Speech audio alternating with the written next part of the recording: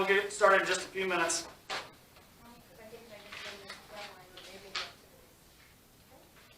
So it's just a closed session that's changed. Yeah, and we'll talk about it in closed, explanation number 2. We have a file in closed.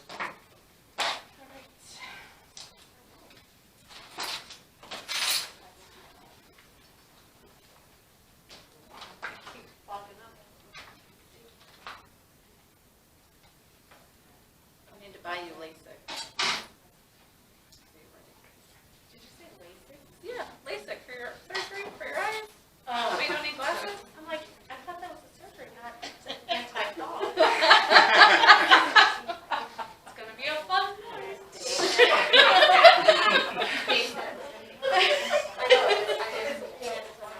All right, are we?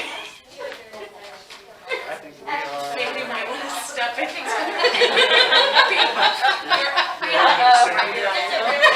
Batter on deck. Party in here, I love it. We haven't been in this small of a room with this many. 18 months. Wow. Exactly a year and a half, almost to the day. Okay, are we ready? That was too loud. Sorry, I'm going to go ahead and call the meeting to order. If we could get a roll call. Mrs. Ragsdale. Here. Mrs. Douglas. Here. Mr. Garner, absent. Mrs. James, absent. Mrs. Keys, present. Mrs. Lopez. Here. Mr. Phillips. Here. All right, pledge of allegiance. Sandy, do you want to lead us?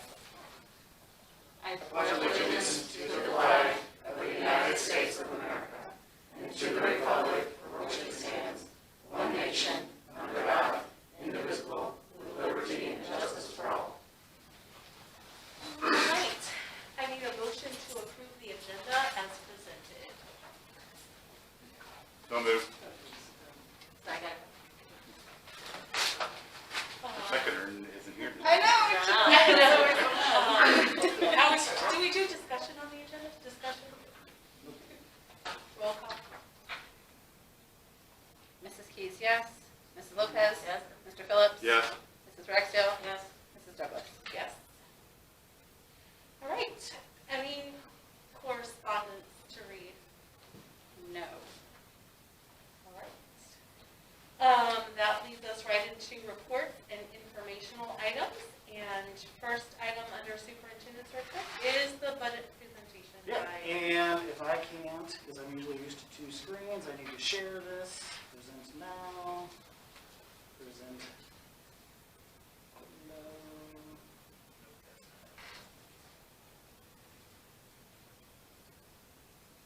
That's not it. Might need my principals to help me on this one. They're better at this then. I'm never good at that. Let's try this. The problem is, how do I get this to share? They can see it. They can see that? Yeah. If you have your screen shared Okay. with documents, they can see it. All right. I think I know everybody. There's supposed to be some people in here I didn't know. They're not here, right? So we're going to look at the proposed budget for FY22 and look at some of the changes from FY21. General comments. This was quite the budget to put together. We were in the middle of writing the ESSER 3 grant for $1.8 million. We're in the middle of salary increases and negotiations. Just a lot of unknowns. But nonetheless, the budget as proposed is a balanced budget.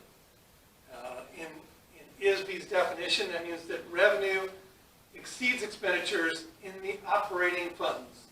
We'll be talking about operating funds throughout the evening. They are the general fund, the operation and maintenance fund, the transportation fund, and working cash. Okay, they ignore the other 5, which we'll look at later. Salary increases and the ESSER 3 grant. This is so hot off the press that the ESSER 3 grant went in this morning. So yay. It'll probably get sent back for approval changes. I like to look at the revenue projections first, and I like to look at them in 2 ways. This includes all 9 funds. And if you look at the top, you're going to see a fairly large number from the state and a slightly larger number from local. And the red one at the top is federal, which is only like 7%.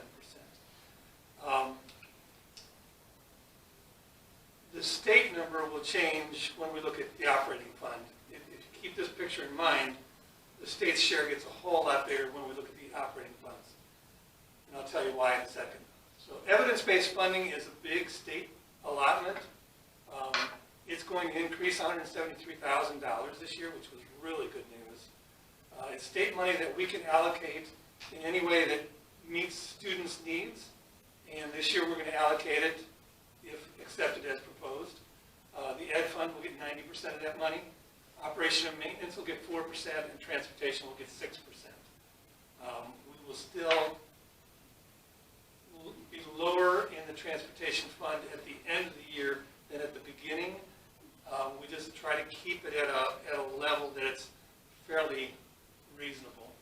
I like to keep it, at about $250,000 to $300,000 cash in the bank. Categoricals are something that we talked more about in the past because there were more of them. Some of them got rolled into the EBF funding formula, but we still have transportation reimbursement that we have yet one payment from last year to get. So we expect we'll get the full 4 payments this year, but not the last one from this year. We'll get 1 from last year, 3 from this year, 4 payments. At some point, maybe the state will catch up. Okay, here it is. So of the operating funds, the state has a much bigger share. And let's look again at what the operating funds are. Fund 10, 20, 40, and 70. This year we're projecting that none of the non-operating funds will receive any of the state or federal money. Could change, but right now with the ESSER grant submitted the way it is, it hasn't changed yet. Federal money, well, actually, it will change by the end of the year. Some of that ESSER 3 money will be spent this year, and that is federal money. But we're good there. This lists all 9 funds. Each column is a fund. And at the very bottom down here, you can see that the dark green and the light green are salary and benefits. Then you have contractual services, supplies, capital outlay, which is like big ticket items, and other. Other might be like payments to BASC or Menta, services like that. It's very obvious that the Ed Fund is bigger than all the other funds combined, and that of the Ed Fund, salaries and benefits are the biggest portion. 73% of the Ed Fund is salary and benefits. 62% of the entire budget is salary and benefits. So big numbers. This column right here is Fund 30, and that is bonded debt. So those are payments we make for bonds that we've sold to improve the building. We get exactly what we need for each year in that fund. So of everything we looked at tonight, that's going to be a real number. The loan for the solar panels also fall under that, correct? No. No. Okay. It was pretty, well, it can't be levied for the solar panels. It's a lease levy. It's a lease purchase. Sorry. We thought last year that it was going to come out of Fund 30 in working with the the auditors. We went to do that at the end of the year, and the attorney said, no, there's no functionality for moving money from O&M to the bond and interest fund. So in working with the auditors then, we paid it out of Fund 20, and it shows as an expense in Fund 20. But then at the end of the year, the auditors moved it as a journal entry. So essentially, yes, but actually in what you're looking at, no, it's not in there right now. Okay. Operating expenditures versus prior year. So in all 9 funds, our expenses are going to be down $84,000 from last year. Our operating fund expenditures are going to be up $315,000.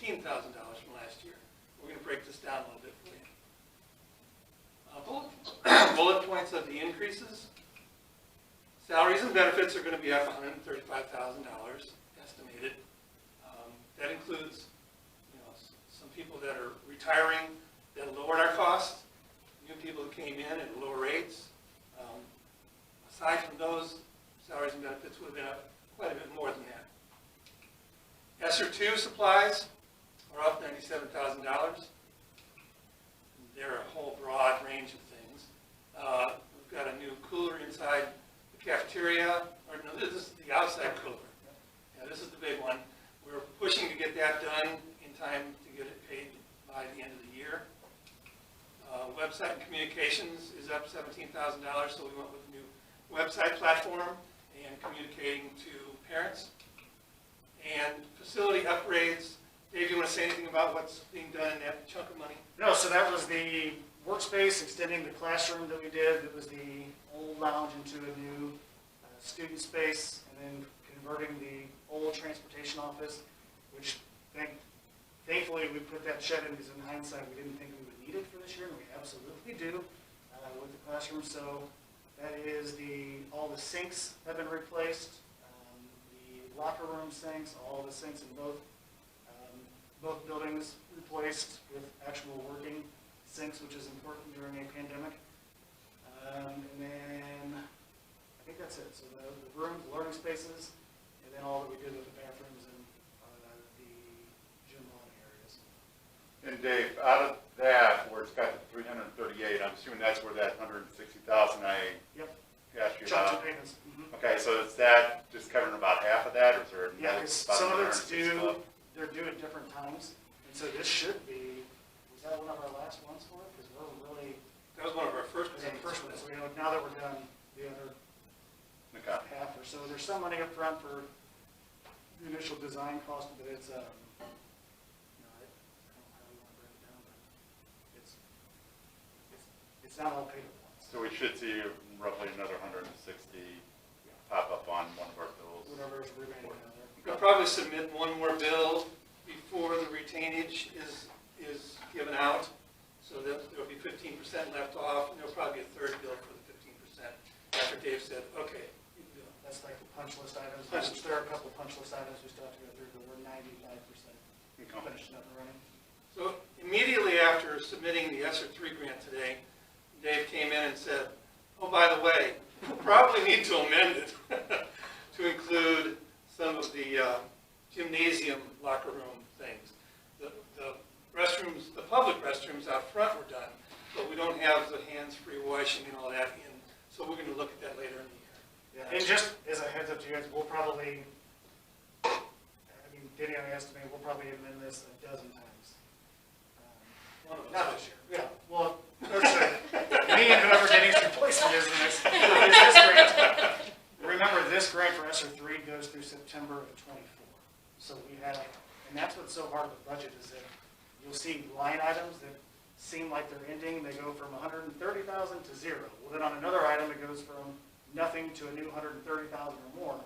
That's because those grants have to be accounted for every fiscal year, and so Denny has to have a lot of work and patience, which I appreciate, in creating all those new line items. But the grants really are tough, and these ESSER grants, while they're fantastic, and I will never, ever complain, it is hard on the actual budgeting for tracking, because there are multiple school years and multiple expenditures that can be amended over time, but we have to account year by year. And so it's really tough to see that on paper, but when you guys look at that spreadsheet that Denny created for you, a lot of that says ESSER, 95% is because we were changing things. And we've always done that, but it's been on a smaller scale with our pre-K grants, the state grants. You'll often see that in line items for the pre-K expenditures. Have to be lined out and then created a new one for a new fiscal year, but with, and we've done that with title before, but now with ESSER 1, 2, and 3. ESSER 1 was in 1 year, we should be done with that, but ESSER 2 over this year or next year, and then ESSER 3 this year, next year, and the year after. So it's great, but it is a lot of accounting headaches. When you're looking at this comparison sheet that was sent out, read the top very carefully, because it explains that a little bit. For instance, a pre-K grant will run from July of 1 year through August of the next year. created locations, which are at the end of an accounting number, that indicate where they're coming from. So location number 2 is a pre-K grant from 1 year. Location 22 is a pre-K grant from another year. So what Dave's was pointing out is that 2 will still be spent on when the fiscal year changes July 1. So then we're tracking both grants for a number of months. So that's why you might see $200,000 in a line item, and it'll be a 0 or a 30,000 the following, because we're still paying salaries on it. But we've still got a pre-K grant, so you'll get another line item that jumps up $200,000 because it's the same grant, different year. So let me know if you have any questions about that on that sheet. Well, no, that's what I'll give you, what I was also saying with ESSER 3, even the state has come out, we typically, in all of our grants, we have to get them approved before any expenditures can be done. They said on this one, we have until, we can go back all the way to March to claim expenditures on it, and they also said, please don't do amendment at a time, because we usually do every amendment we have. They want us to actually bulk all of those together, because they understand there's probably going to be quite a few over 3 years. Now, how do we know what our needs are in 3 years from now? Bullet points of increases also includes the solar lease. And Rob, this is kind of in line with what you were talking about. Last year we didn't budget for it in Fund 20. This year we are. That's why you're seeing that big number. It ended up, we spent it out of there, but it wasn't originally budgeted from there. Okay, we have some decreases. We've got fewer cafeteria staff because of open food service. And that was money we didn't spend last year, so I just took it out of the budget. The large shed is paid off. We got that all in before the June 30 deadline. So we took it out of this year's budget. Our debt payments are going down $89,000. It's just the way it's structured by Stiefel Nicholas. Solar panel construction, we paid off the last payment last year at the beginning of the year, so that can come out of this year's budget. And then we also reduced risk management costs by $16,000. We actually lowered that levy a little bit more than that. Then there was a $28,800 cafeteria equipment grant. That was a matching grant last year. That also got finished in the fall, and so we took that out of this year's expenditures. Let's look at some of the, well, let's stop and say, do you have any questions about that? It's a mouthful. Let's go on. State grants, primarily preschool grants. Preschool for All, the 0 to 3 Prevention Initiative, and the Preschool for All Expansion Grant account for $1.1 million in money that comes into the district. It's a big, big program. It's a lot of work for the secretaries. Emily over at Ellis does lots and lots of purchase orders. That'll get better now that Krista's doing the spending, right, Krista? That one. Actually, it's a positive that they're spending money, because if you don't spend it, you lose it. This money does not carry over from year to year. So Terry does a great job. Federal grants, Title I, Title II, Title 4A, Special Ed Preschool, and Special Ed IDEA. You can see that Title I low income and Special Ed IDEA are the lion's share of those grants. And we budget a lot of program assistance in those grants. The reason we don't budget a lot of teachers in there, we could budget more teachers, but in a grant like that, in a federal grant, if you budget a teacher or a certified person, you pay a 10% plus penalty in TRS funds. It gets paid out of that grant, but you still lose that money. So we try to keep it with aides. They're IMRF employees. There is no penalty for that. COVID-related grants, ESSER 1, 2, and 3. I've got the spend by dates at the end for you. And with Renee's help, maybe I can get this posted out to the website in the next day or two. And you can just have the presentation to look back at. So $2.8 million, it's a lot of real money, folks. Any questions about grants? Because that's all I've got to say so far. Hey, we'll be around for next month, and this is just the proposed budget. It does have to be passed next month, so give it your attention now. Thank you very much. Yep, and we'll have this, because again, we don't vote until next month, so it'll be public, you know, you guys have time to look at it. The budget's on the website already. So if you have questions, call us, email us, and we'll see if we can do the answer. But it's, And I guess one thing, it's this thing too, it's all, if you really look at it, it's kind of highlighting what big changes are. And that's a good way of kind of looking at it, so. thank you, Dan. You're welcome. Thank you, Danny. Thanks, Denny. All right. Oops, I don't know if I really don't think I'm sharing that. Okay. All right, still you, ESER 3 funding? Okay, so within the ESER 3 that we just kind of talked about on the screen was part of the grant, and I think I've said before, but this was absolutely the most involved, maddening grant that Denny and I have ever written together. The pre-K grant I know is a big one as well, but this was really involved in detail. And so part of the plan, we have to have a ESER 3 spending plan. So I was able to pull from a few things to make it work with us and what we're doing. But in part of the ESER 3, you have to allow at least 20% on learning recovery. And I think we have about 70% right now that's going towards direct instructional costs. So whether it's the new staff we have, teachers included as aides, our summer enrichment programs, and those salaries to different programs. I think 1.4 million is allotted to actual learning recovery over the next 3 years. And so when we looked at some of those new staff like the junior high, and we look at a third counselor, social worker, and those costs, those are rolled in here, and it's not just for 1 year. We allocated them for 3 years, plus a little kind of bubble room in case there's with the raises coming up, so we anticipate those. So Denny and I were able to allocate over the next 3 years a lot of direct learning. And we had talked with the finance committee about that too, of taking what we can, being conservative. We do have money in there. It's allocated for some supplies, whether it's health supplies related to COVID, and whether it's masks, cleaning equipment, things like that. But also $100,000 have been put aside for new Promethean smart boards. So we have had a long history with trying to patchwork after the original smart boards did not work well for us. So we're going to be piloting a few. I think I've already ordered 3 of them, 1 for each building. Pilot them, see how they work, but we would like to have updated by this coming summer in our classrooms new smart technology with Promethean. And they're not the projectors.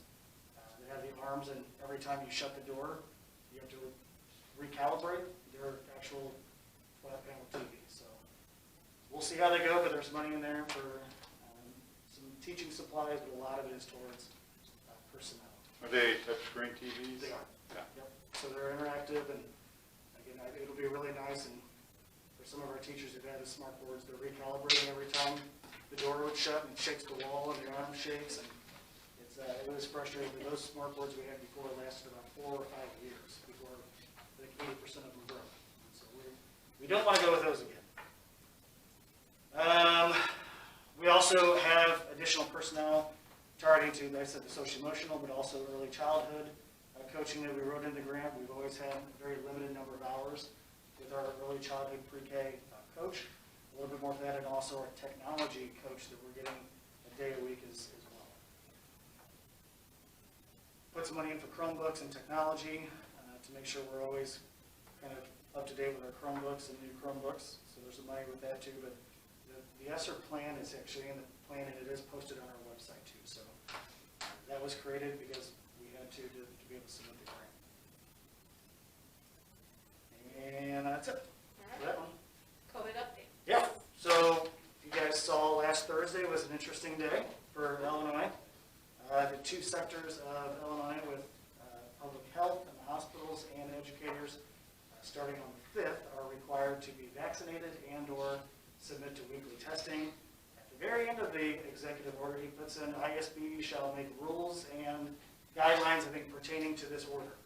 So ISB was like, okay, great. I think all of the attorneys and the top school attorneys in the state were kind of baffled with what to do, and right now at a point, and Gene, you correct me if I'm wrong, but there's nothing to do except wait until ISB releases their rules and guidelines on what does the testing look like, what type of testing, where do you have to go, how many days do you have to submit it before, the end of the week. I truly don't know how our largest districts in the state that might have several hundred unvaccinated people are going to go about this, because we have about 40. We're counted today. Right now, we stand with about 40 unvaccinated total staff and teachers. The vast majority of those are our support staff. It is a tough question, because even if just 2 or 3 say, I'm not doing this, I'm not getting vaccinated or submitting the testing, we're already short. I mean, we are running very, very lean as it is. It's going to be tough. So we'll see when ISB releases their rules and regulations related to this. It was really nice that they gave such a long heads up on the order for us to figure it out with Labor Day coming up, but we will make it work. So that is it for COVID. Otherwise, our protocols, we continue to do what we did last year. We're following St. Clair guidelines, IDPH. We post our numbers every Friday, so that doesn't change. Thank you. Principals reports, Mrs. Kramer? Sure. Okay. So, we will start with Harmony, and then we come together, and I'll start with Harmony. Just kind of an update, Dr. Beats didn't mention it in that number, but there are quite a few windows that are being replaced within the district, which is awesome, so that is all scheduled for Christmas break. As well as we are installing some of the water bottle fillers, so that every fountain will have a water bottle filler, so all of our fountains will be workable again. That is projected, they're on the delay too, so as soon as those come in, they're probably not for about 45 days. So both super exciting. When you get to go to the front lobby with the new gym and the touchless restrooms, and just, they turned out beautiful. They did a really nice job. It's a nice way to welcome our visitors when they come in for sports. We have a social studies pilot coming up, meeting this Thursday. We will narrow it down to 3. And those 3 choices will get the materials in, and then we will pilot within those 3. So at the next meeting, we should have some more update on how the pilot's actually going within the classroom for the curriculum. Super fun. I love my yard signs at Ellis. I had to give them up. But the character ed team at Harmony and MG decided to go with decal stickers for the back of the cars. So you won't have me coming to your house. But they do get cute stickers if you are a character kid through our character ed program that they'll be able to put on their car. Super cute. I should have brought them because I was super excited, but I didn't. So sorry. When they come in, I'll bring you in. Or your kids can get one. Yay! I think overall some good news just at MG as well. Character education program and everything it has to offer is really truly starting to come back. So we get to have some more student-led activities, the involvement within the school. It's just so great to see. So you guys do get the announcements. So Tristan, thank you Tristan, volunteered for his first hour class to run the announcements. So he's training his first hour class. He had a kid do it a couple times. He ended up doing it today, but next week it's all student-led too. So the students are doing the announcements. They're going out on Google. So if you haven't had a chance to click on it, it is really cute. We also have the 3D printing club. So huge shout out to Lauren Viss, who is doing that one on Tuesdays. She's going to do every other month. Every other month is a different highlighted activity. So the month of September is 3D printing. She has some really good ideas for the upcoming months as well. So then in October, there won't be anything for that club, and then it starts getting over? Yeah. Yep. And you open it back up. So it'll be the first 10 kids to go in person, and then everybody else can join virtually after that. And the one that came through, it said about making sure you pick your kids up while they were in person.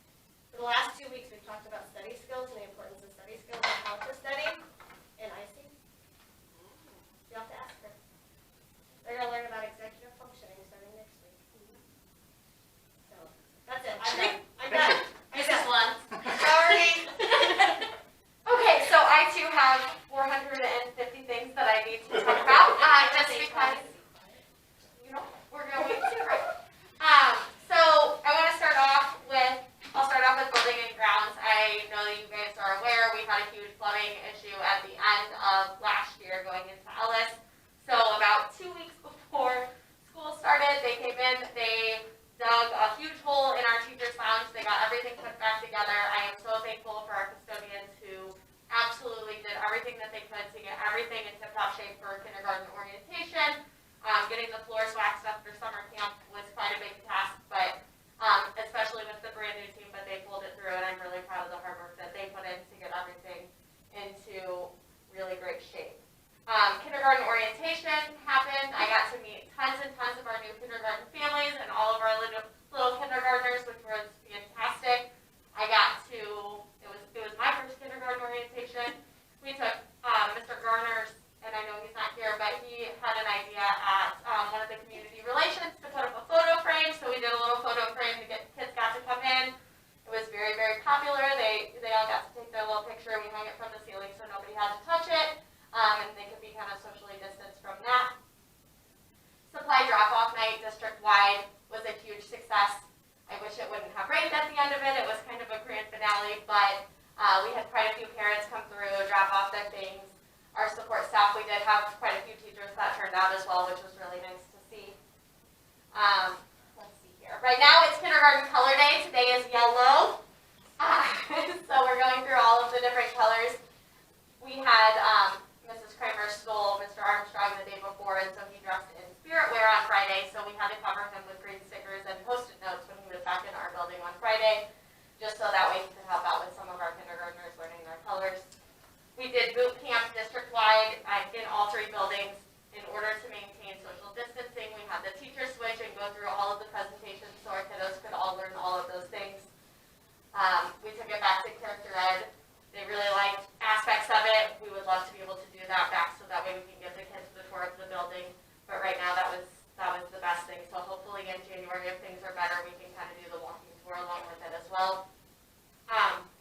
I want to give a shout out to Mrs. Kramer and the Ellis Character Ed team. Last year they applied to have Cardinal tickets, and so we get 250 free Cardinal tickets to a game, and so I'm getting ready to send out a blast to parents letting them know that if they attended kindergarten kickoff or if they are attending parent orientation, their name will go into a raffle, and we will raffle off the 250, so each family that wins will get a couple of tickets so they can. We get a cute banner too. We won, which is super fun. And we're going to have really adorable t-shirts that everyone can order.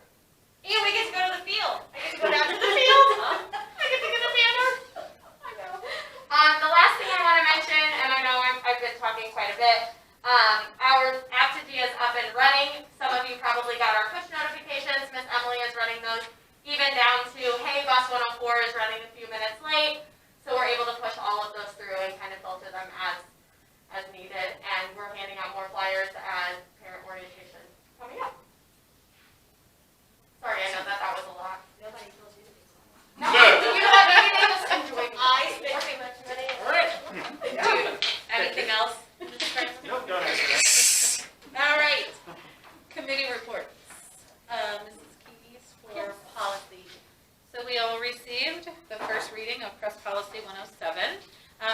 You'll notice how lightweight this is. Do not get used to this because I think our next one is going to be like binder size. The next one should be, Press 108, might be a few inches thick. So because, now that things are open back up, we're bringing they went to town. There was also 700 bills proposed in the last legislative session, and a lot of those snuck through, and a lot of them affect us, so we will have a very healthy press policy coming out. So this one didn't really have, it was giving authority to the superintendent. It was making sure that, a quorum is, present at school board meetings. So a little bit of fine tuning, I think, from things that we had to kind of get through during COVID lockdown, shutdown stuff. So, so if there are any questions, it's right here, but nothing overly crazy. Andy, was there anything from it? Yeah. Same stuff, small legal changes. So there's like a word there, a word there. Yeah. Here, word, there, word. Yeah. Everywhere, word. Yep. So for those new, we will do the second reading in September, and we vote to approve. Public relations, that's me. As Mrs. Kramer said,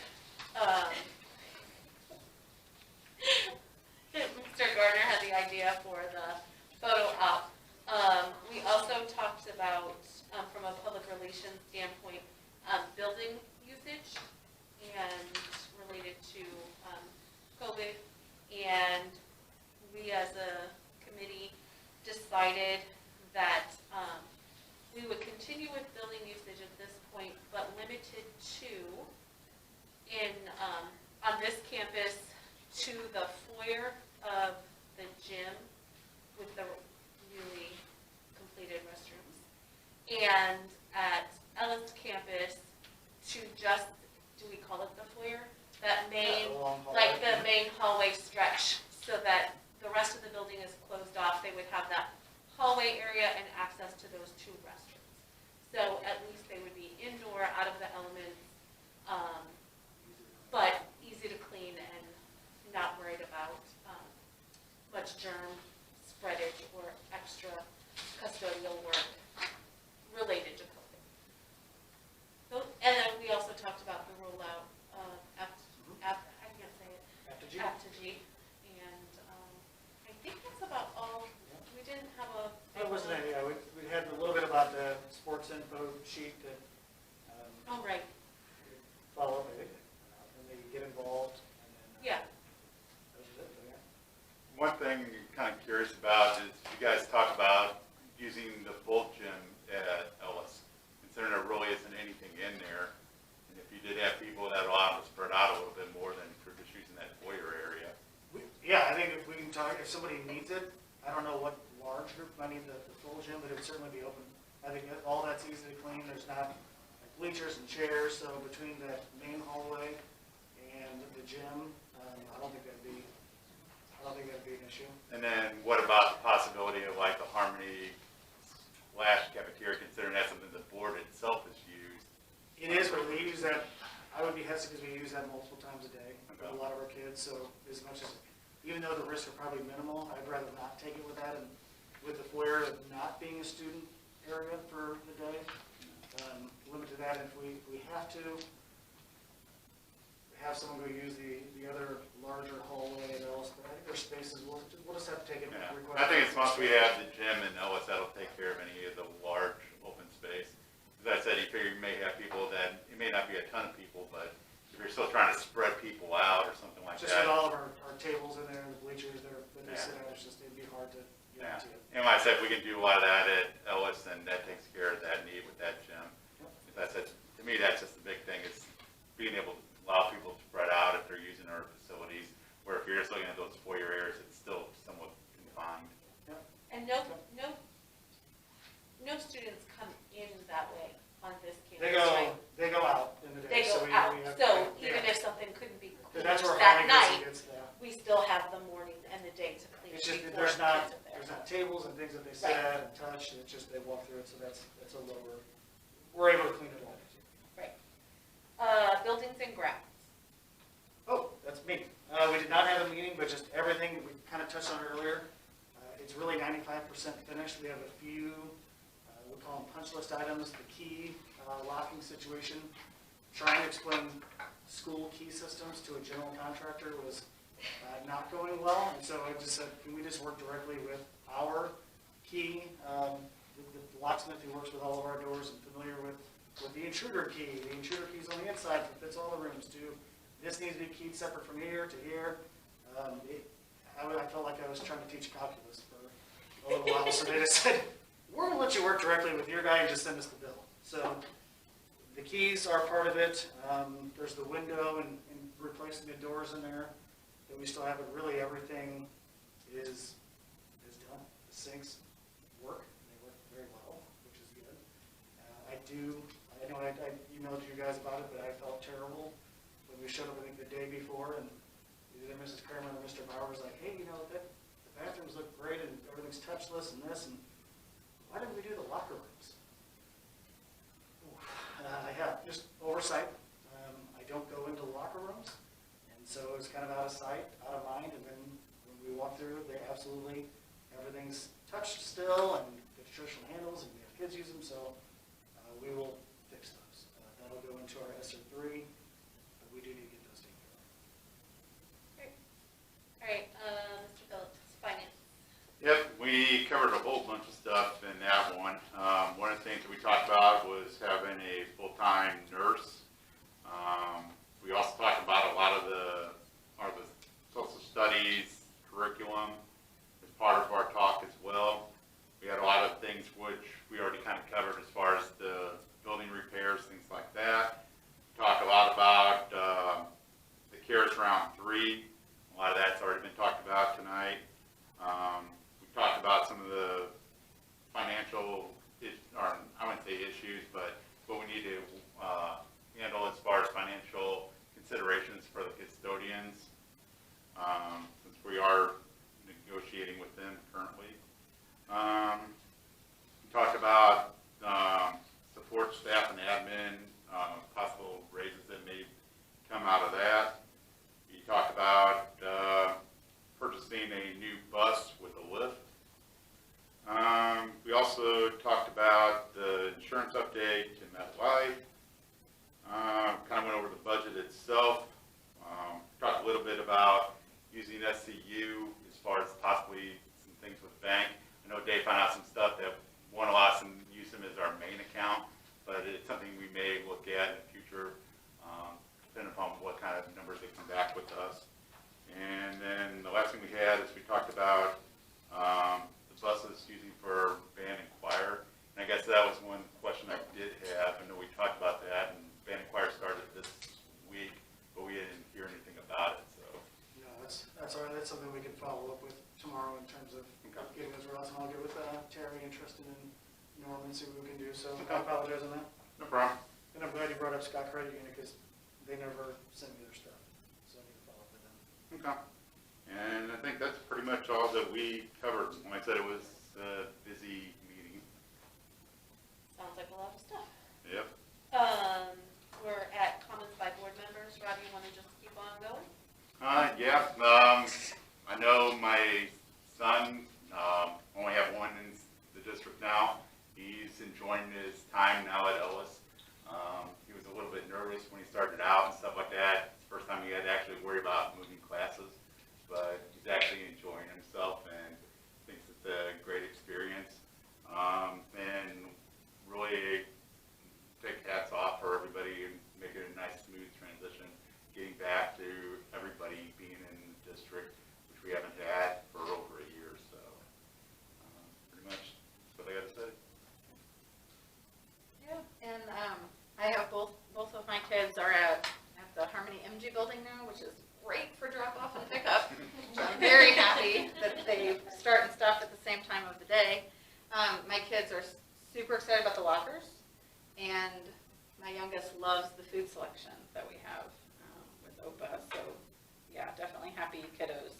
I just want to say thank you for all the work that I know Jenny's gone, but all of the work that goes into the grants and managing and dotting the I's and crossing the T's on those, because they are so much work, like an unbelievable amount of work. And so I just really thank you for how much of our budget is grant money. We're a very fortunate district for that. So thank you for your work on that. I love the announcements. I watched Tristan's videos, and then I asked my kids, so what'd you learn about Belleville today? And like, I had no idea that we were the stove-making capital of the United States. That's important. We need to know that. But I love it, and I especially love that whoever is sharing that with us, because I think for us to know what it is you're experiencing on a daily basis, like those announcements help us to see what you're doing, and the conversations that at least you're putting out. So thank you for those. Please keep them coming. And Carmen, welcome. We are so happy that you're here. I hope that you've had a great 2 weeks. I don't know how long it's been at all. Not a month yet, but thank you. I'm glad that you're here. I hope that you're enjoying your time and that the kiddos are welcoming you with joyful experiences only. Right? They have been. Good. Thank you. So I only have one left in the district, and he's at Harmony, and he was a remote learner all last year. So of course, like many that were remote learners, this is kind of an interesting transition back. So day one, he was kind of like, oh, I gotta go back to school. But then he saw his friends and he saw his teachers, and then the attitude changed, and now he loves it. Thank you to all the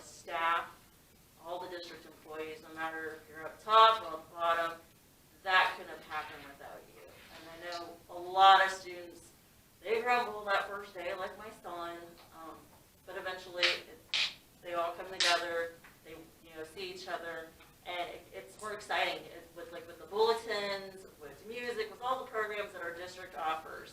These kids, they get so excited. And a shout out to our fall sports. Last year we didn't have any. Now this year, I've seen, I know with cross country and soccer, these kids come back and they're like, we get to play, we get to run, we get to compete, and it's super exciting to see because there's so much talent here. So thank you for everything that you do, and let's have a good year.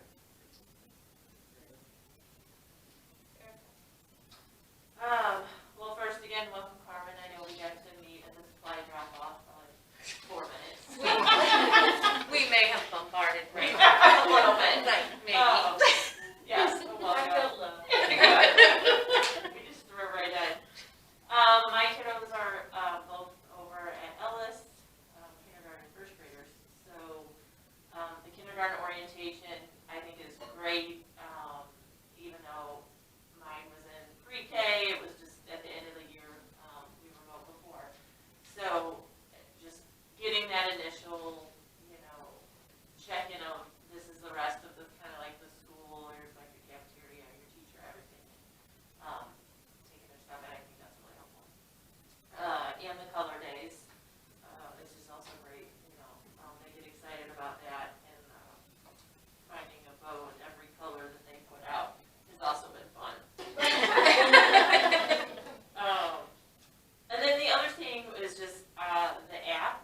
I love all of that kind of techie stuff anyway, so having that app is super helpful to just click in and see, okay, here's the menu, or okay, here's blah. So, and then again, a huge shout out to Denny and you. I know you've been sitting in the negotiation meetings and the grants and everything, so I know Denny's leaving soon, and I hope we can find someone who's Yeah, get into that too. I will say to that, this past week has been some deep breath moments of the scope of just us working together, even on the ESSER 3 grant. I really hope I can find someone who fills one of his shoes in that. Every one of those grants that we talked about all have several expenditure reports and quarterly reports and this, and he's always on it, so he will be hard to replace for sure. Starting to get a little bit of panic now. But it is something in the next few months, though, that we will talk about that position, so. Right, I ditto what everyone has said. I just am in awe of the numbers and the time it takes for the numbers, and Denny's spreadsheets during negotiations, like what does it look this way and what does it look that way, and just is amazing to me. And I really appreciate how well you guys work together to be able to keep us abreast of everything. I'm not a person who likes change, and neither does my daughter, but she came home from school and said, "You're right, Mrs. Kramer is great." So she was a little worried about that transition. She was a little worried. And then I also want to say, I can't believe I can't remember it. What is our social worker's name at this building now? This building is Miss Miss Baldridge. She called today to set up the 504 plan and meeting, and it just really like, oh yeah, Miss Book is across the way now. And so I was really a little sad, but she seemed very nice and very so I can't wait till our meeting and we actually get to meet via Zoom or Google Meet. But it kind of struck me a little bit oh. She's taking me through 2.5 kids, and now she's across the way. But the other thing, Marika's just so excited to be back at school. She is not my academic kid. She read a book all by herself in less than a week without being told, and that was a first. She read on a Friday night because apparently there's a contest in her room, or something if they don't read enough, they're gonna have, I don't know, but something, she's reading. She also gets up on her own, is excited to be here. She agrees with the OPA.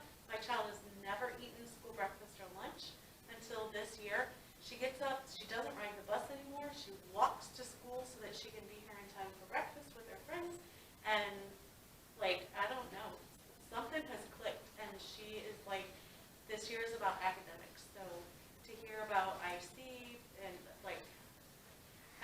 very hopeful for this year, for a big growth spurt for her. And so I'm excited also about seeing how the staff likes the Fast Bridge. I'm excited to hear how that goes once we. Don't ask them right Yeah. now. First No, there's- I'm sure not. I've been on the implementing end of like training people to do stuff, and I know. So like maybe like mid-year, I'll be excited to hear like how it's going, and once they get used to administering it and the data that they get from it. But I'm excited about it. So anyway, that's enough. Okay. I think that was like the longest opening session. All right. I need a motion to approve the consent agenda, which includes the approval of minutes, payroll and bills, treasurer's report, and destruction of closed session audio. So moved. Second. Discussion. Roll call. Mrs. Keys, yes. Ms. Lopez? Yes. Mr. Phillips? Yes. Ms. Rexdale? Yes. Ms. Douglas? Yes. Was that the last one? Yes. All right. Do I say this thing before I need the motion, or that's in the discussion No, just- part? Okay. You, I need a motion to approve the tentative FY 2021-2022 budget. So So moved. moved. Second. I've never done one before. See, when we have someone absent, the whole routine is gone. I know. We need to know back. Discussion. I am to let everyone know that the budget hearing date is set for September 27th, 2021 at 6:45. So we'll be open for 15 minutes for the budget hearing prior to next month's regular scheduled board meeting. So FYI, board members. All right, any other discussion on that? We've heard a lot about it. It's on the website. It's available for us. Those of you who are listening or joining in, please feel free to email with questions Yep. to Dr. Dees. All right, so I need a roll call then. Ms. Keys, yes. Ms. Lopez? Yes. Mr. Phillips? Yes. Ms. Rexdale? Yes. Ms. Douglas? Yes. All right, I need a motion to approve Dr. Dave Dietz as the district non-discrimination coordinator. So moved. Second. Discussion? feel free to vote no. Who else would it be? No, it's me. This is one of our annual, we'd have to appoint several people, and Ms. Hawkins is up next for a few appointments that we'll make. At some point, I think we need homeless and truancy, so congratulations. But with Dr. Griffith leaving this past year, so we had to reshuffle a few things, but I will remain as the non-discrimination coordinator. A few of those that we've appointed in the past, like Title IX, can still stay. We don't have to do that again, but these we have to do each year. Okay. Any other discussion or questions? Roll call. Ms. Keys, yes. Ms. Lopez? Yes. Mr. Phillips? Yes. Ms. Rexdale? Yes. Ms. Douglas? Yes. All right, I need a motion to approve Krista Lund and Terry Kramer as the district complaint managers. So moved. Second. Discussion. Again, they're the lucky winners. Roll call. Ms. Rexdale? Yes. Ms. Douglas? Yes. Ms. Keys, yes. Ms. Lopez? Yes. Mr. Phillips? Yes. All right, I need a motion to approve the retirement of Ellis teachers Barb, is it Knavel or Navel? And Terry Bernhardt following the completion of the 2024-25 school year. So moved. Second. Discussion. I know I'm gonna hate not seeing those two go. Both have been great. No matter if we vote no or not, they still go. We can't prevent it. Any other discussion? I too will miss them. All right, roll call. Ms. Keys, yes, with a sad heart. Ms. Lopez? Yes. Mr. Phillips? Yes. Mrs. Rexdale? Yes. Ms. Douglas? Yes. All right, any building use request? Yes, we have two.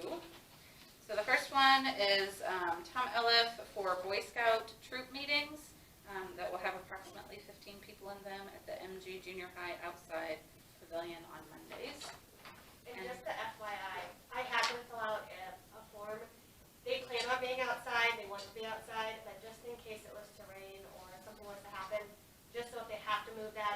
to the area that we've okayed, they have permission from us. On both of those forms, that's why I had them fill out the next building use as well. And the second one is Katie Finley, for Pac-12 meetings, also at the MG Pavilion. And these are the only two. Okay, so then, do we have to vote on them separately? Because it says I need a Just motion approve it, to. no, just, you can approve it. Okay, as presented. so I need a motion to approve the building use request as presented. So moved. Second? Discussion. Roll call. Ms. Douglas? Yes. Ms. Keys, yes. Ms. Lopez? Yes. Mr. Phillips? Yes. Ms. Rexdale? Yes. All right, so then we're at items for consideration. We have old business, items previously considered with no action taken. The first item on that list is the outdoor classroom. I think Dr. Hicks has a We update. are scheduled with Sonnenberg to begin construction on what is probably phase 1 of the outdoor classroom. So the main seating areas, the patio with some shade, the different satellite seating areas. We're scheduled to start this month. They have us later in September.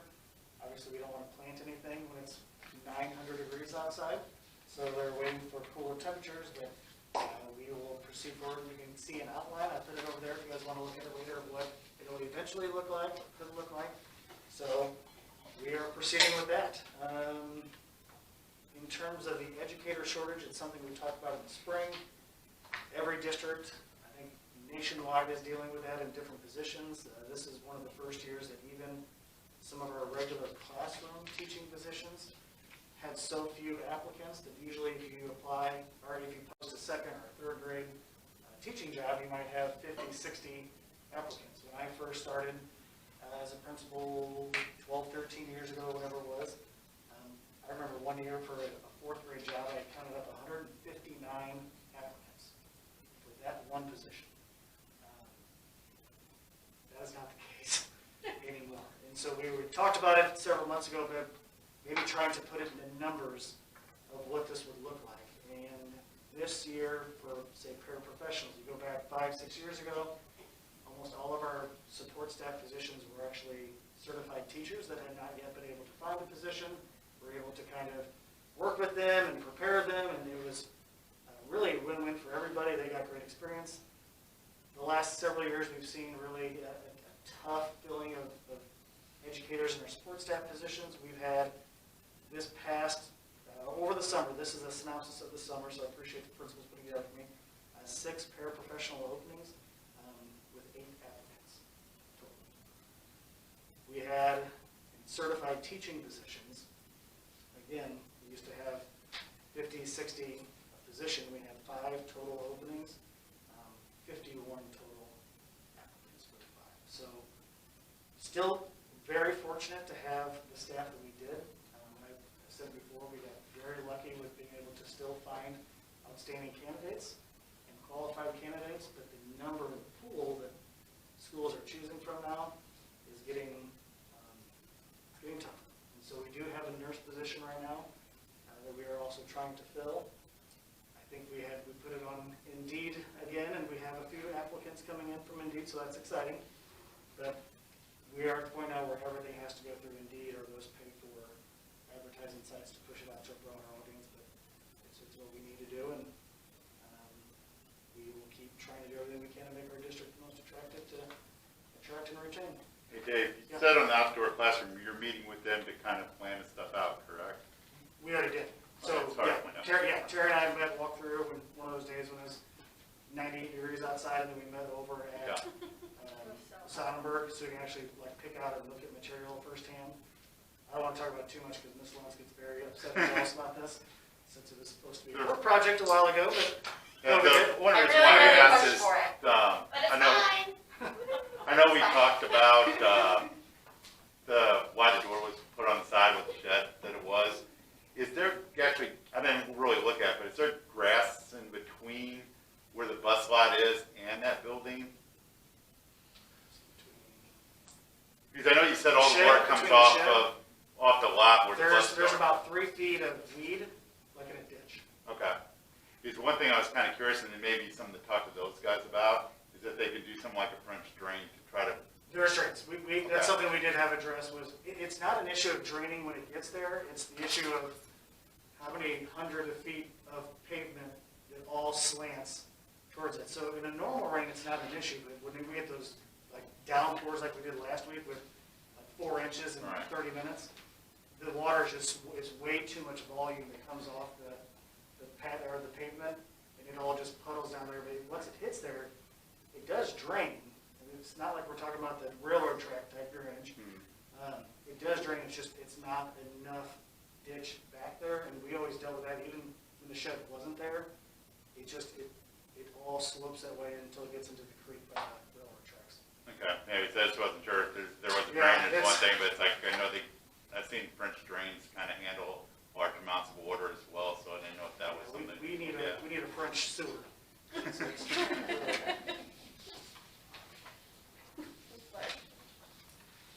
All right, the only other thing that I wanted to, it's already been addressed, I wanted to add the Chorus Band Bus as old business. Yeah, You already wrote yourself a Yeah, we will follow note. that. And then, I guess we're at new business Yep. now?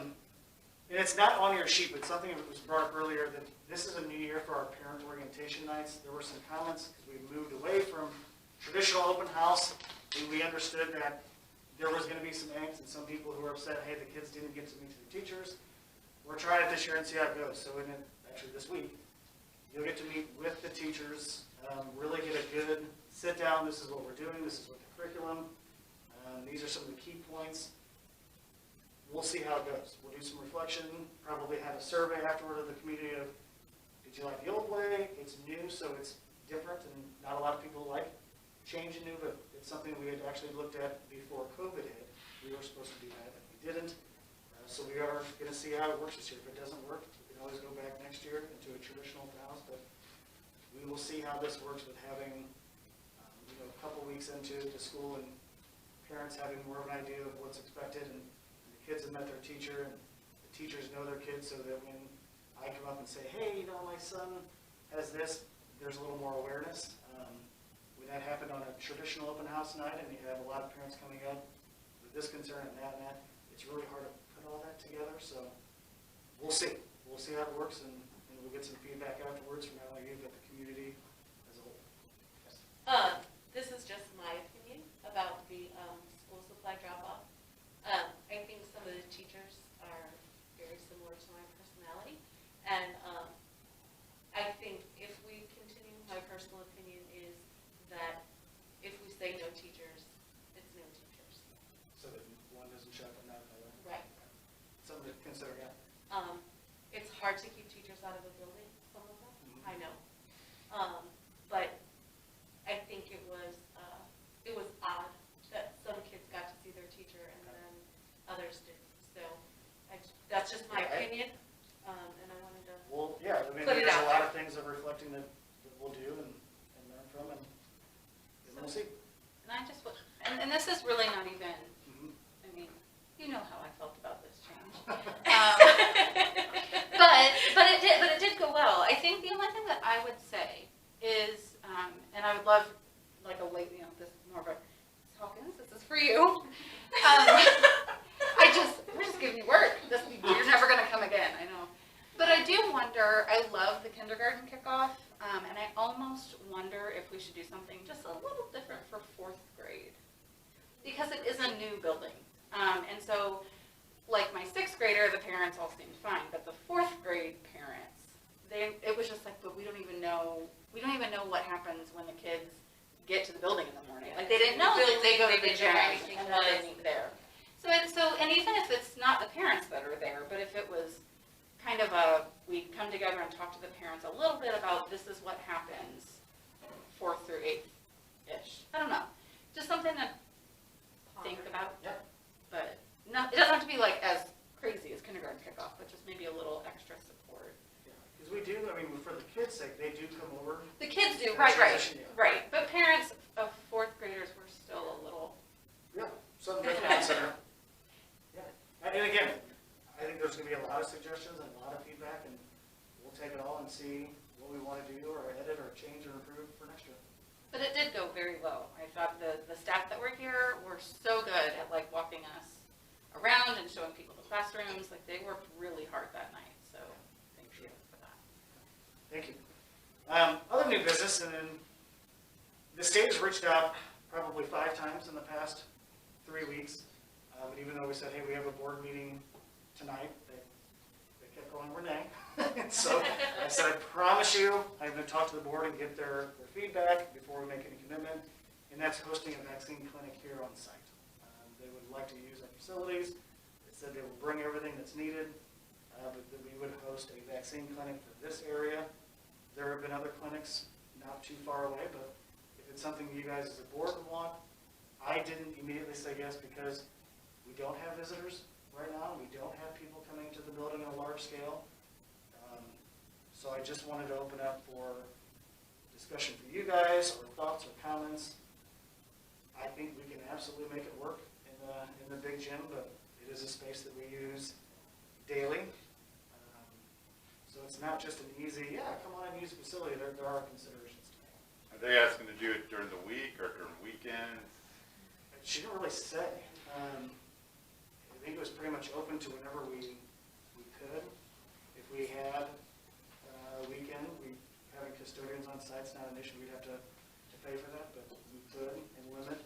That would be a lot of cleaning and sanitation afterwards. So it was just one of those of we haven't allowed visitors in, but it's also not a traditional reason to visit. I mean, whatever we can do to promote, I'm in for, but there are considerations to make in terms of the space that's used. And I think she did say, even if we didn't do it inside, they would be willing to host something like a drive-through outside. That's what I was gonna ask. Did they wanna use inside or do a drive-through? Their preference was inside, but she said they could set up tents in like a drive-through station, which I would have to work out logistics of how that would look. Yeah. Without That plugging up sounds- the whole neighborhood. But we could, I can reach out and see, but before I try getting more of those together, at least get an idea from you guys, a direction of, let's do it, pursue it, or this may not be the best time as this. Me personally, I would kind of look at it as if they use the areas that we kind of agree that the public can use, either the pavilions or our Ellis gym, stuff like that. If they do it outside of school hours, I'm more open to that. Having people coming in that aren't vaccinated yet, coming in with our kids, and that's a little bit more of a concern. I would tend to agree with that. A weekend, Saturday, or, Yeah. Something where we got time, we can get it totally clean before our kids come back in. yeah. Hey, can I ask a question? Is it, like, are they outreaching to us because our community needs another site? Like, are we short, do you know, like, are we short? I mean, we've had some in the area. I mean, 201's, I believe, hosted some. I mean, that's 5 minutes away. So we've had, and even Walgreens. I mean, Walgreens offers free vaccines. I don't think it's a shortage on area. CVS offers free vaccines, Walgreens. There are several vaccination sites. I think the issue is going to come down to, especially coming up, there's not as many maybe testing sites yet. There's a CVS down the road that is a testing site. But no, I don't think it's, I think it's the state having a big push to vaccinate everybody. So there are, I think that's my hesitation. It's not a shortage of vaccine sites in our area. It's not. If I thought it was and we were in some desert of getting vaccinated, absolutely, but it's not. It's not the case. It's a push. And I don't want to accuse it's a political, but I think it is a political in terms of schools pushing. I was gonna ask two things. One, do we know which, brand? I don't know. And if we do it, if it's not the Johnson & Johnson, would we do 2 so that they could get both shots? And then my other just comment was, do you think that they're seeking out school sites so that it looks as if we as the school are endorsing being vaccinated, and maybe they're targeting the younger people? There could be that. The one thing I'm kind of looking at too is now they're talking about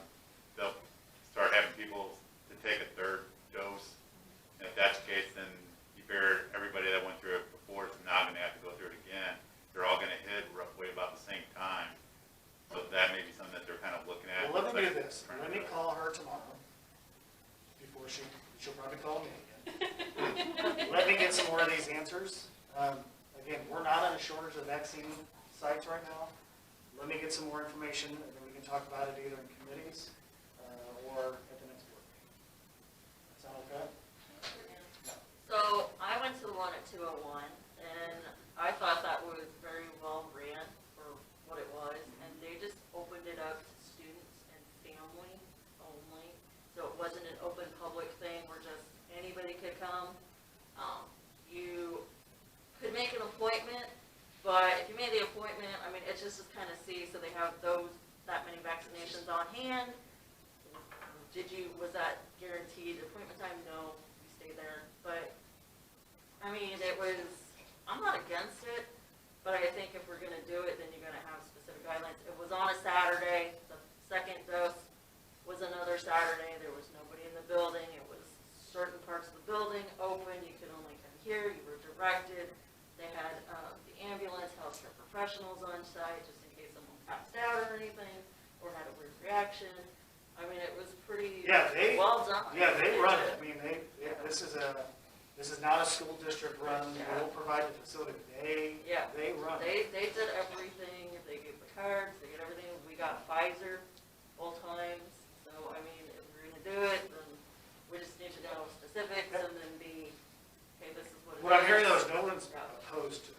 No. Okay, so I will pursue and get more information and bring it back, or we can even, I send through things via email, if you guys want to call me and talk to me, but I'll reach out to them and get more specifics. Okay, thank you. So Tessa and Rochelle, if you guys can just earmuffs for a little bit, then after your board comments earlier about loving OPA and the food. And it hasn't happened yet because we've been fortunate that our driver is local in this area and he's continuing to do the routes, but OPA and food, like every other single industry in the world right now, is starting to hit massive shortages, from the farms to the warehouses and the actual production and manufacturing of the foods, processing, packaging. Warehouses don't have enough people, then from the warehouses they don't have enough drivers to get them to the places they need. It is another industry that is hurting, which means we may come to a point soon where instead of offering 4 or 5 choices, it might be 2. And there might be days where it's 1, because that's simply all we can provide as a balanced meal. They are optimistic. OPA, this is one of those really nice things. Because they have such tremendous buying power, they're one of the top clients that's getting the food first. But who knows how long that'll last. I have talked to some other local districts that use our own food service, and they're already seeing a major shortage of food. So, Do we pay them for extra, like, to have all those choices? Like, are we paying? it's part of the cost. So that we do a per meal cost, and so our So if it meals are, gets so down to that- it's out of those choices. Yep, it's a flat cost.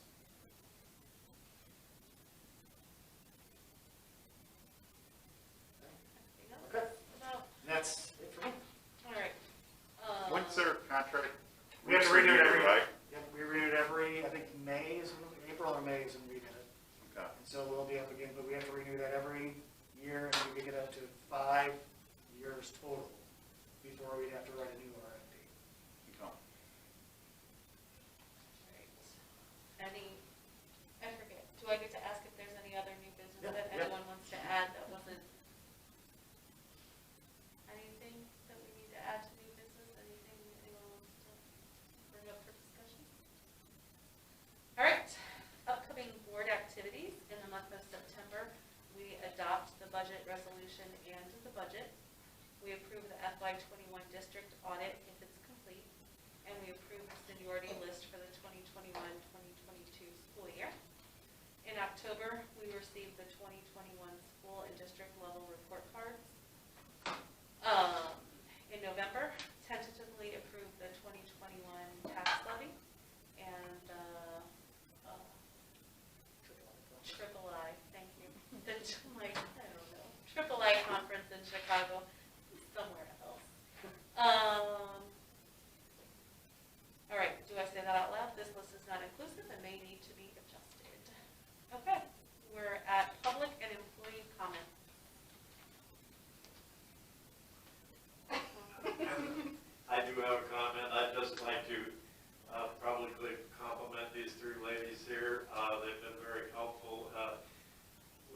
transportation this year. We kind of got spoiled last year because a lot of kids were on remote learning and our buses weren't too full. And this year, kids are riding the bus again, and the buses are a little more crowded. And the kids are, some of them aren't real well behaved, and when we come to them for help, we're getting the help that we need. And they're also very patient with us. We're having a little trouble getting to Ellis on time again because of the fact that the buses are more crowded. It's taking longer to run the routes. And we, like all districts, although we actually have enough on paper personnel, we have a driver who had major surgery and is out. We had another driver that made a terrible error that precludes them from driving for us anymore. The good news is, people like to work for us, I guess. We do have 3 people in the works that we're hopeful we can get through the process. They are experienced bus drivers, although they had given up their school bus permits because they were driving for public transit, but they're going to come back. So we have to make appointments with the state, so that makes the time a little longer. But I appreciate their patience, and I also I compliment Mrs. Kramer in person. I've never seen anybody so enthusiastic about a Monday morning, and it's great. He wasn't quite sure what to think of it. And Mrs. Lunds is actually trying to help us recruit drivers to see if some of the paraprofessionals would be interested in driving a bus after their shift. So thank you to all of you. I appreciate it. Well, thank you Thank too. you, Mr. Mars. If you guys don't know, Mr. Mars has been absolutely fantastic. Him and Shawnee's have been jumping on buses and doing everything within their power to make sure that our kids get home safely, even through that crazy storm we had the other day. All of our kids made it home safe, and we appreciate that. And they both have been driving routes. So Yeah. really And I would say nice. I do appreciate the comments of a great start, but it's not all smooth. I mean, there's issues, but I also have to remind people, it was 17 months to the day from March 20th, and we shut down for remote for the rest of the year, through all of last year, that we've run a full schedule, full routes, full lunches, full capacity in a school. It's not going to be without hiccups for the first week or two, but the work they've done, substituting drivers in, the patience from the teachers to help after school, but even things like getting in the swing of parent pickup at Ellis. The line, a lot of parents are nervous about having their kids on the bus, which I get it. And so the line is a little bit longer. So there's a lot of things of getting I'm trying. back in the swing. I look back and I'm like, man. So we'll keep trying and plugging away, but when you're gone, I mean, even think about this, and this is our first meeting in here in 18 months. There's a lot of things to get readjusted back into the swing of things and being at full capacity, but I know from our standpoint, we couldn't be happier about those challenges because it means our kids are back. And so whether we're masked or whatever we're doing, to have our kids back with their teachers, and Andy, you said it perfectly, to get the services that we provide, it's nice to get a reminder in person of why we're here and why we do what we do, and having our kids back is a reminder of that. So with all the struggles aside, it's great to have the kids back. So to our team and to our teachers and staff, just thank you. Just one other thing. I know you brought it up earlier, but if you could get us that drainage over there, I wouldn't have to wear waders when I feel the bus. Well, you could have been here the night when we left. For those of you who didn't know, the post fell over when the really bad storm came in. And so I'm walking out and I see live electric in a foot of standing water 20 feet from the gas tank. I might have panicked just a little bit. So we figured it out though. Terry and I learned and- a lot Yeah, about it's- that night. that was a fun I want evening. to say thank you. I've never felt more welcome in a district or whatever during my time, my 2.5 weeks here, becoming acclimated into a district or whatever, being welcomed by board members personally. I think that's the reason why I came here or whatever. There's a sense of community. Ms. Kramer, I know that she's going through her own transition coming over to the middle school. She's been more than open to help me and welcome me. Krista is across the field or, but she'll email me, she'll text me if you need anything or whatever. I have really great resources. Dr. Dietz, also, everyone has been just so welcoming to me, and I really, really, truly appreciate it. So, Is there anyone online, or do we have anyone who would like to, any comments?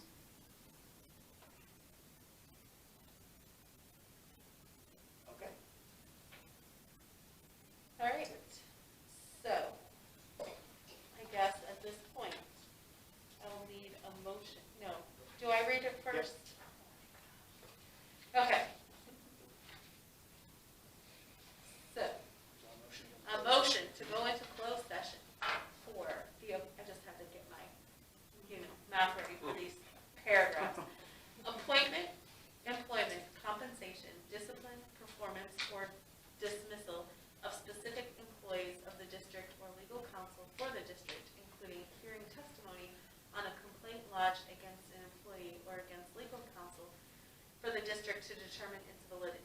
However, a meeting to consider an increase in compensation to a specific employee of a public body that is subject to the local government wage increase in Transparency Act may not be closed and shall be open to the public and posted and held in accordance with this act.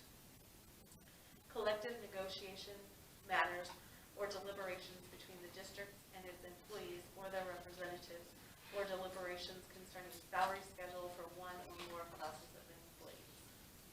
So moved. Second. Discussion. Roll call. Ms. Keys, yes. Ms. Lopez? Yes. Mr. Phillips? Yes. Ms. Rexdale? Ms. Douglas? Yes. So we, just in case anyone's thinking about sticking around, we have 1, 2, 3, 4, 5, 6, 7, 8, about 8 items for discussion during closed session, and there will be action. There will be action. So, feel free to stick around if you'd like. I have no idea how long. I don't have an estimate either, but we will come back on for open at some point. I'll come back to this stuff. Thank you, everyone online.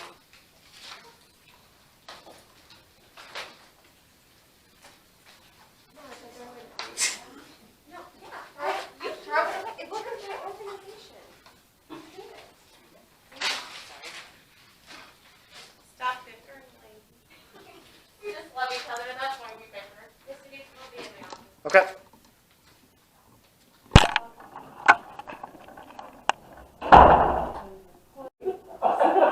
Okay, we're on.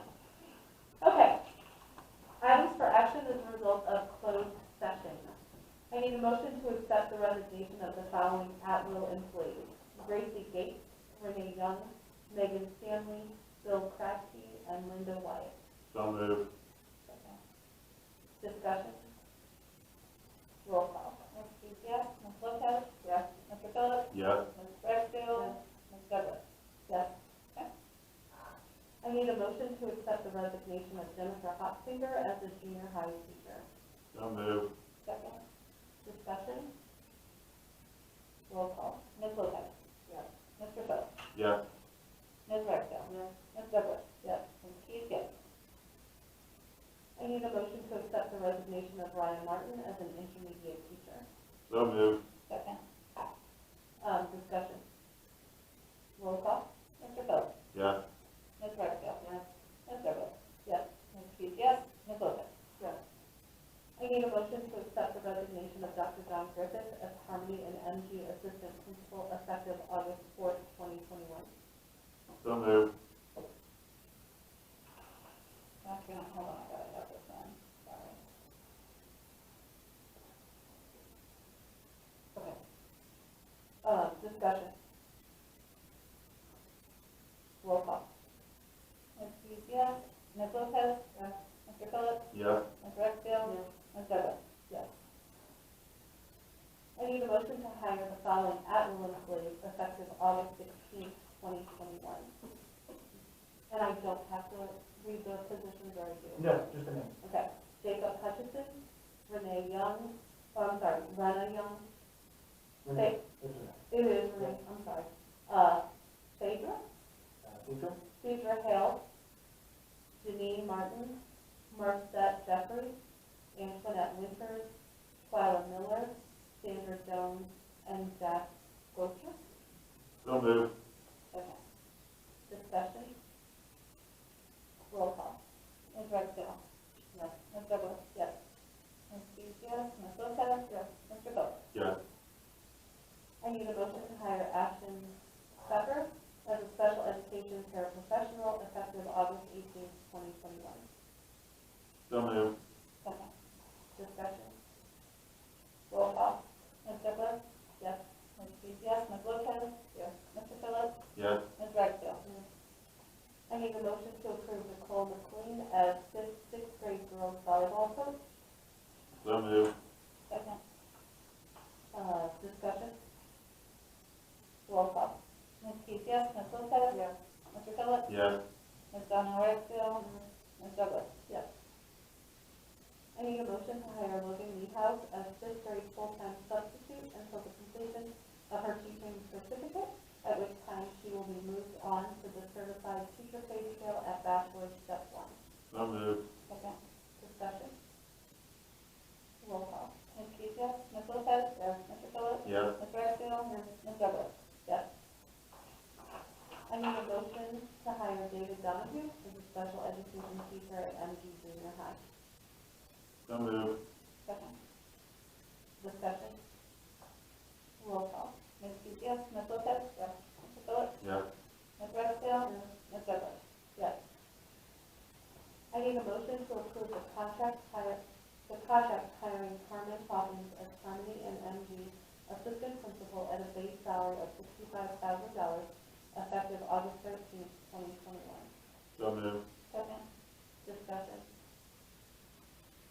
So my vote is not to the individual, it's the process. And mine's kind of the same way. It's not, to the person themselves I like, it's the contract, term. Any further discussion? Roll call. Ms. Lopez? No. Mr. Phillips? No. Ms. Rexdale? Yes. Ms. Douglas? Yes. Ms. Keith, yes. Passes 3-2. All right. I need a motion to approve an amendment to the contract for Harmony and MG Principal Sarah Kramer to reflect a new base salary of not less than $84,000 effective the 2021-22 school year and extending the contract through 2023-2024 school year. So moved. Second. Discussion. I was on to the next one already. Roll call. Mr. Phillips? Yes. Ms. Rexdale? Ms. Douglas? Yes. Ms. Keith, yes. Ms. Lopez? Yes. I need a motion to approve an amendment to the contract for Ellis Principal Crystal Lund to reflect a new base salary of not less than $77,000 effective the 2021-22 school year and extending the contract through the 2023-2024 school year. So moved. Second. Discussion. Roll call. Ms. Rexdale? Yes. Ms. Douglas? Yes. Ms. Keith, yes. Ms. Lopez? Yes. Mr. Phillips? Yes. I need a motion to approve a 3% raise for District Superintendent Dr. Dave Dees for a new base salary of $123,450 effective the 2021-22 school year. So moved. Second. Discussion. Roll call. Ms. Douglas? Yes. Ms. Keith, yes. Ms. Lopez? Yes. Mr. Phillips? Yes. Ms. Rexdale? Yes. I need a motion to approve a raise of 3.9% for support staff positions. So moved. Second. Discussion. Roll call. Ms. Keith, yes. Ms. Lopez? Yes. Mr. Phillips? Yes. Ms. Rexdale? Yes. Ms. Douglas? Yes. I need a motion to approve the bus driver and bus aide pay scale effective August 18th, 2021. So moved. Second. Discussion. Roll call. Ms. Keith, yes. Ms. Lopez? Yes. Mr. Phillips? Yes. Ms.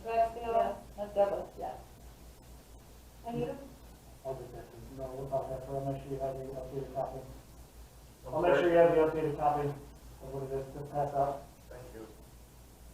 I need a motion to approve a raise of 4.5% for all building and district secretaries and clerical secretaries effective August 2nd, 2021. So we do read Yes. Kate Bates, Chris Howard, Nikki Kreider, Emily Schmidt, Renee Sauer, and Susan Good. So moved. Second. Discussion. Roll call. Ms. Keith, yes. Ms. Lopez? Yes. Mr. Phillips? Yes. Ms. Ragsdale? Yes. Ms. Douglas? Yes.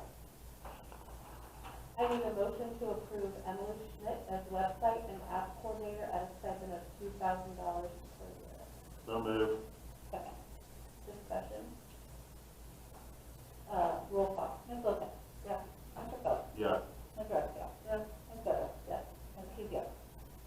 I need a motion to set the daily substitute rates at the following levels: $100 per day for short-term classroom positions, $105 per day for long-term classroom and retired teachers, and $85 per day for paraprofessional positions.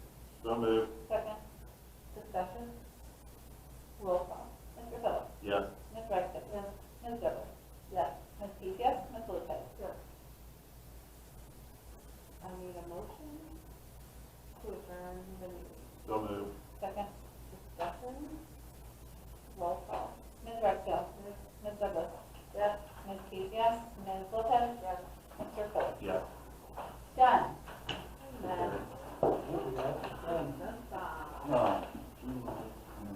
Dr. Deeds, do you want me to push a button? Is it the red one in the back? That's a good question.